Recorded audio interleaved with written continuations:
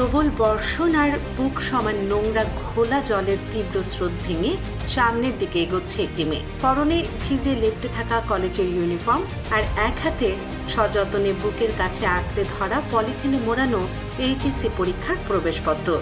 জলের নিচে থাকা খানা খদ্দে বারবার হোঁচট খেয়ে পড়ে যাচ্ছে সে, কিন্তু পরক্ষণে আবার উঠে দাঁড়াচ্ছে। চোখে মুখে কান্নার ছাপ আর মনে সময় মতো পরীক্ষা কেন্দ্রে পৌঁছানোর এক তীব্র আতঙ্ক।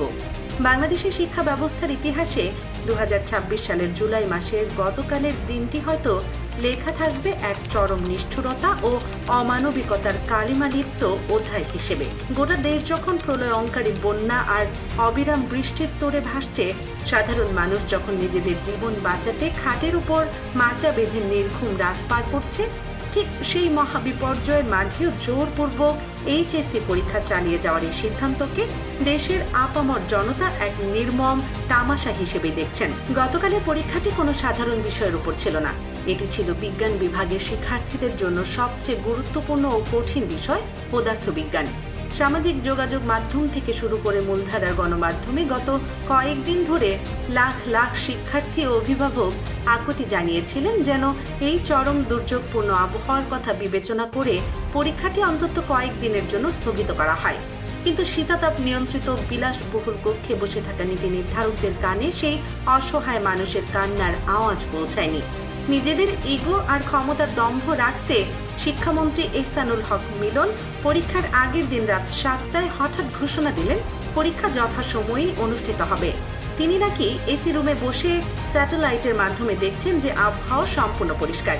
এই একগুঁয়ে ও নির্দয় সিদ্ধান্তের চরম মাশুল গতকাল দিতে হয়েছে দেশের লাখ লাখ মধ্যবিত্ত ও দরিদ্র পরিবারের পরীক্ষার্থীদের, যাদের ভেজা শরীরে ঠান্ডায় কাঁপতে কাঁপতে পরীক্ষার খাতায় কলম চালাতে হয়েছে।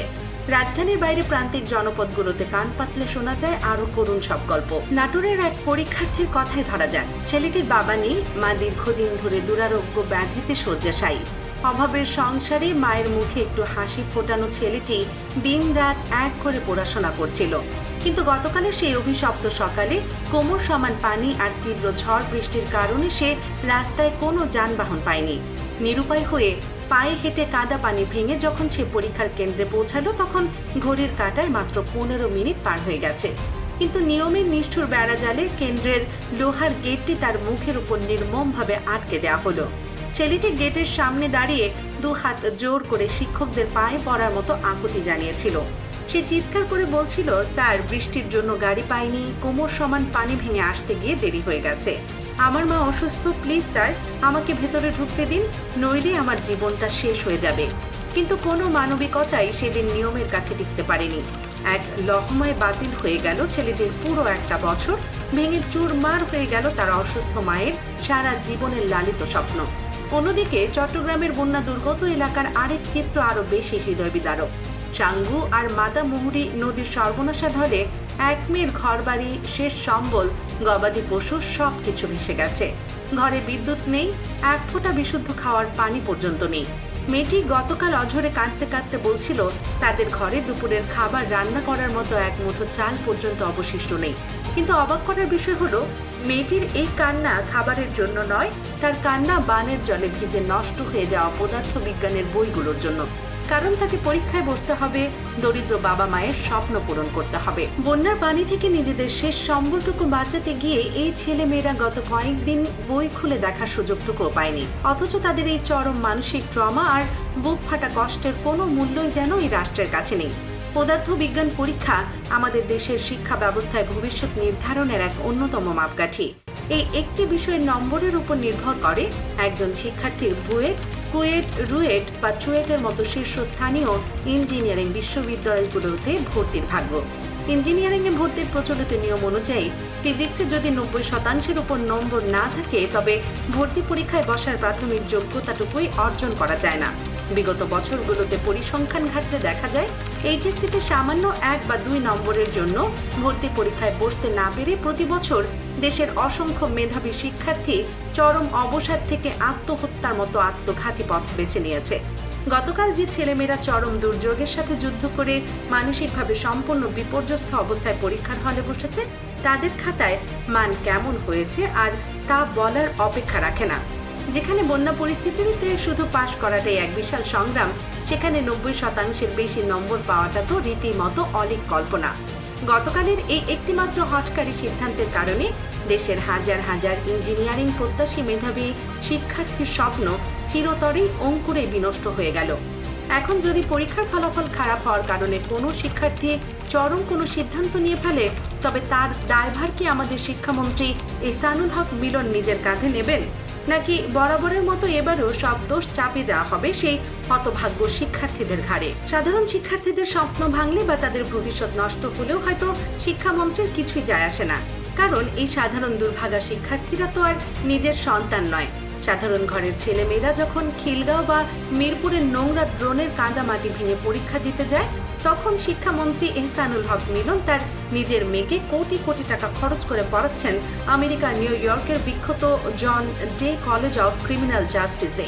যে দেশে একজন সাধারণ কৃষক বা মধ্যবিত্ত বাবার মাসের 20 থেকে 30,000 টাকা আয় মেলাতে হিমশিম খেতে হয়, সেখানে শিক্ষামন্ত্রীর মেয়ে শুধু পড়াশোনার খরচই নাকি 2,25,00,000 টাকা।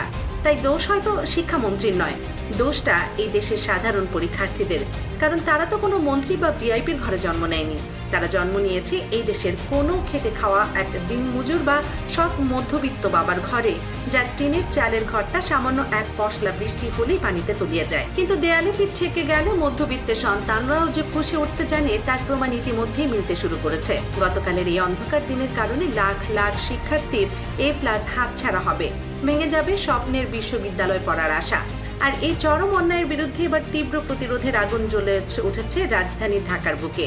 আর কোনো অনুরোধ বা আকুতি নয়, এবার সরাসরি রাজপথে প্রতিরোধ। শিক্ষামন্ত্রী এহসানুল হক মিলনের এই অমানবিক সিদ্ধান্তের প্রতিবাদে এবং তার অবিলম্বে পদত্যাগের দাবিতে ইতিমধ্যে আন্দোলনে নামার চূড়ান্ত ঘোষণা দিয়েছে ঢাকা কলেজের উচ্চ মাধ্যমিক পরীক্ষার্থীরা। আজ থেকে তারা রাজপথে নিজেদের দখলে নেওয়ার হুঁশিয়ারি দিয়েছে। একজন মন্ত্রীর একটিমাত্র খামখেয়ালি সিদ্ধান্তের উপর যেখানে দেশের 14 লাখ শিক্ষার্থী ও তাদের পরিবারের ভবিষ্যৎ ঝুলে থাকে, সেখানে এমন চরম দায়িত্বহীনতা কোনোভাবে মেনে নেওয়া যায় না। এসি রুমের বিলাসবহুল চেয়ারে বসে যারা সাধারণ মানুষের কষ্ট চোখে দেখেন না, সেই কাঠের চশমা পরা নীতি নির্ধারকদের ক্ষমতা থেকে নামানো ছাড়া শিক্ষার্থীদের সামনে আর কোনো বিকল্প পথ খোলা নেই।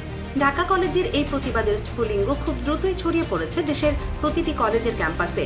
তবে এরই মধ্যে ক্ষমতার অলিন্দে কানা ঘোষা শোনা যাচ্ছে যে শিক্ষামন্ত্রীর এই হঠকারী সিদ্ধান্ত খোদ প্রধানমন্ত্রী তারেক রহমান নিজেও অত্যন্ত ক্ষুব্ধ। শিক্ষার্থীরা রাজপথে নেমে পরিস্থিতি উত্তপ্ত করার আগেই হয়তো এহসানুল হক মিলনকে অন্য কোনো মন্ত্রণালয়ে বদলি কিংবা স্থায়ীভাবে মন্ত্রিসভা থেকে বাদ দেওয়ার মতো কঠিন সিদ্ধান্ত আসতে পারে। দেশের শিক্ষা খাতের এই সমসাময়িক ও চাঞ্চল্যকর খবরের বস্তুনিষ্ঠ বিশ্লেষণ সবার আগে পেতে দেশ নিউজ 24 চ্যানেলটি সাবস্ক্রাইব করে বেল আইকনটি বাজিয়ে রাখুন। ভিডিওটি ভালো লাগলে একটি লাইক দিন এবং অন্যদের সচেতন করতে শেয়ার করুন। সত্যের পক্ষে থাকুন, আমাদের সাথেই থাকুন। আল্লাহ হাফেজ।